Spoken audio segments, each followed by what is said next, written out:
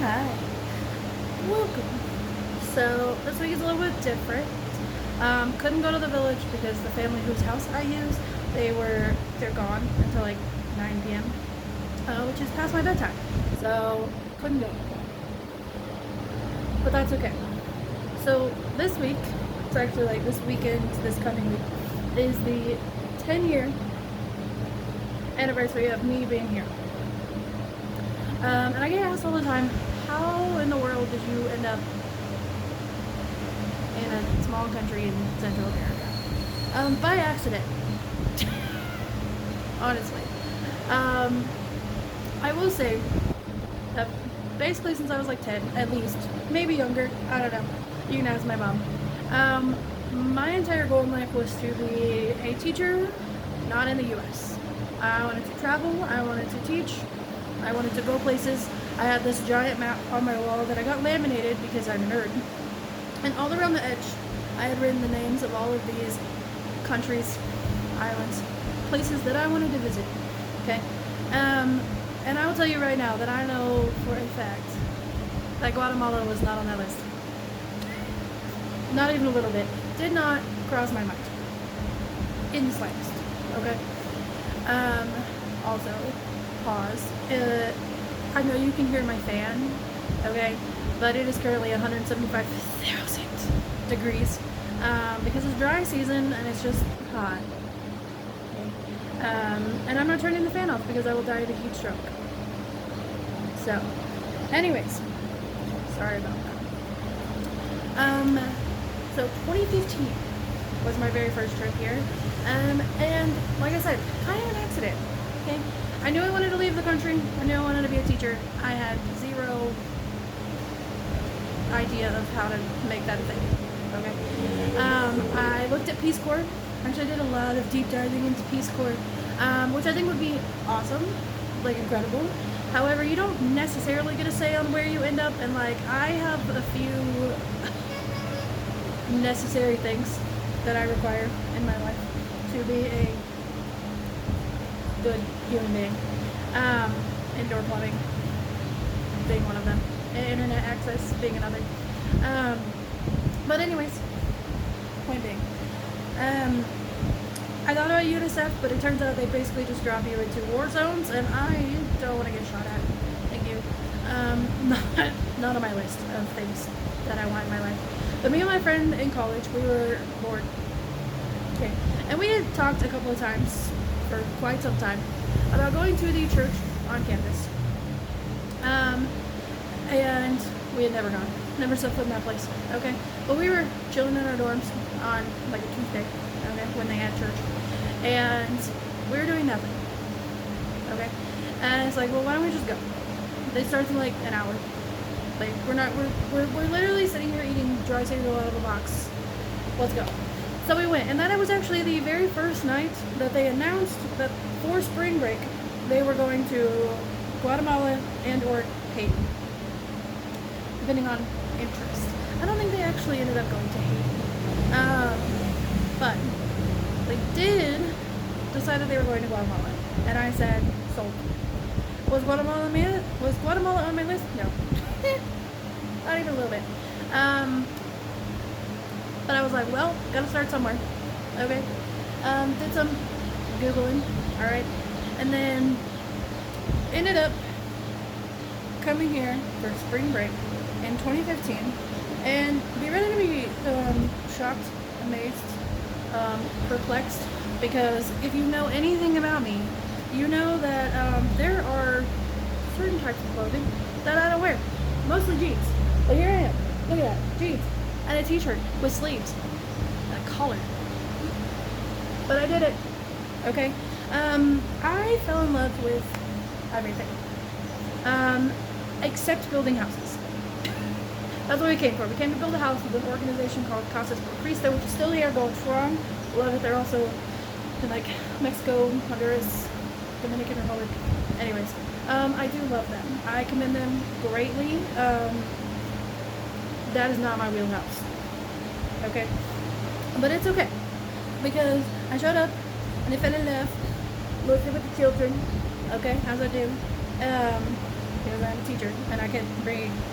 I brought a giant bag of plastic balls one day, and it was hilarious. Most of them ended up in the trees, and then like markers and paper and whatever. But fell in love. Okay, was like, I need to go back to Guatemala ASAP. Okay, I'm still in college, so obviously I had to wait till like summertime. And then I was starting a job in August of that year, which, by the way, crazy. Love that job. Still one of my favorite jobs to this day. But so I was like, well, maybe I'll go for like a month, but I have no idea how to come back here. But the people that we work with were like, hey, we actually work with a school also that still haven't had an internship. And I was like, yes, immediately. Sent an email. So we got back on like Friday. I think I sent an email like a couple days later, and it was less than a week. I got an email back that said, sounds great, let me know when to pick you up from the airport. Like, that was it. And I was like, okay. Which, by the way, is my general approach to life, honestly. It's not healthy, but it's basically, well, this is either going to be the greatest thing that's ever happened, or I'm going to die. Okay? Because when I tell you I had the world's blurriest thumbnail image of the person picking me up from the airport, my mom was probably a lot more concerned than she let on. And I was like, it's fine. But anyways, made it. Interned for a month. Okay. Fell in love even more. Okay. Let me just tell you that Guatemala has allowed me to meet some of my very favorite people on the planet. Some of the people that I'm still friends with. Some people that I now consider family. I came here, that was summer 2015. Left immediately wanting to return, but obviously I had a job. So I waited, and I came back the next year. And was here for like a month, so I think that's all the time, maybe like 6 weeks. Came back in that New Year's, not to go to the school, but just to hang out with the people that I love, my family, here. And 2017, there was a break in the middle, but I was just here for essentially like 2 months. Loved it. Okay. Still meeting people that I adore. Alright. And then 2018, I graduated college while I was here because I tapped out. I was like, I'm done. I cannot do this. I did graduate. Finished that. I'm done with it for now. I don't really want to be a student anytime soon. But that was also the summer, I think 2017 is when I met Molly, who's still one of my best friends. 2018, Natalie was here. Now, she had joined at like the beginning of the year. She had been here a bunch of times, I think, at least a few. And so I graduated while I was here, and then I was like, why the heck am I worried right now? Like, why do I have to go back in August to Oklahoma? I don't want to. I don't have a job. I'm done with school. There's literally no reason for me to return. So I talked to Lori, who was the owner-operator, runner of the school. Incredible person. I was probably responsible for at least like a dozen gray hairs on that poor woman's head. But that's okay. I like to keep people entertained. 2018, I was like, you should just let me stay. And she had a kindergarten teacher that was like leaving. And I was like, hire me from the back seat. For real, like, true story. And she laughed, and I said, no, but I'm serious. And she said, okay. And so I ended up co-teaching kindergarten, which was so much fun. I did reading, which is because that's what I do, and English. And I also spent a lot of time working with Natalie doing like Bible class. She's incredible. Okay. No one's more hype about Jesus than that woman. Okay. That's still very true. But I did that.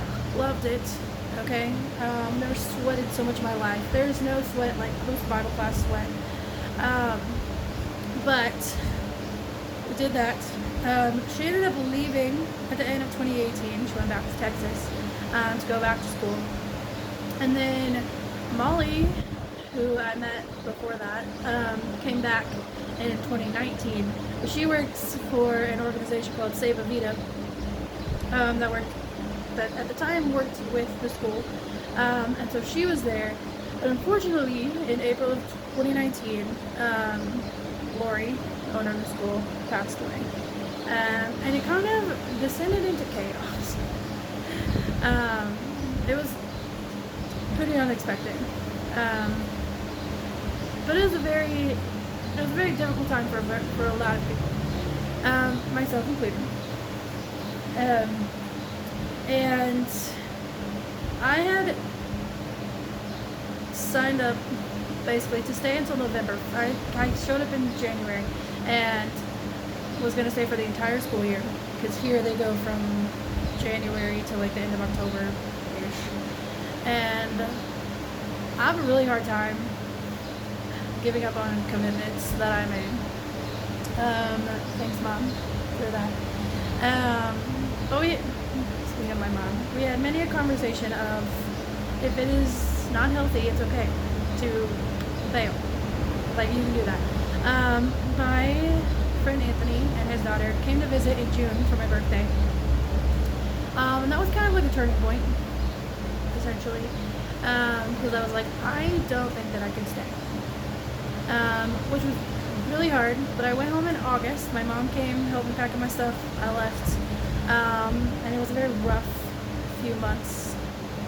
Like, kudos to my mother, because I know I drove her crazy, because I was miserable. But kind of ended up working out in my favor, because as we all know, the entire world turned into, for lack of a better word, there's no other word, a shit show in 2020. And that was a terrible time. Okay, like, awful. For a lot of reasons, not just COVID, but for a lot of reasons. May of 2020, I decided I was going to be Molly's problem. Okay, Molly was here. She was essentially stuck here. She was working. She was starting a school, which in the middle of the pandemic is wild. But I hit over May and I was like, I want to move back. I need you to help me get a house. So Molly helped me get a house. She helped me get things for a house. I know that I drove her insane. She'll probably tell you that I drove her insane. And when the travel ban lifted in like September, I came back.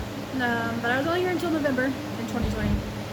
But while I was here, at the end, I got connected, thank you Molly, to a guy that was a former student in the village of San Jeronimo. And I went like 2 times, fell in love with kids, decided, yes, I would like to do, I needed to do something. I needed to work with kids. I wasn't going back to work at school. I didn't want to just sit in my house and do my online jobs that I accumulated thanks to the pandemic. So I was like, what if I just like go and teach for a couple of hours? Just random things, you know, fun things, cool things that they don't have the opportunity to do at their school. And so I was like, cool, let's do that, actually. So I started making plans. 2021, I came back, and started going every other week. And then I started going every week, but I had 2 groups and they rotated. And in March, my mom brought 2 people with her, and one of them was like, hey, you should turn this into a nonprofit. So I was like, okay, let's do that. Because sometimes people would like to donate things to help, but they want to make it tax deductible, and I was like, sure, why not? So May of 2021, started nonprofit.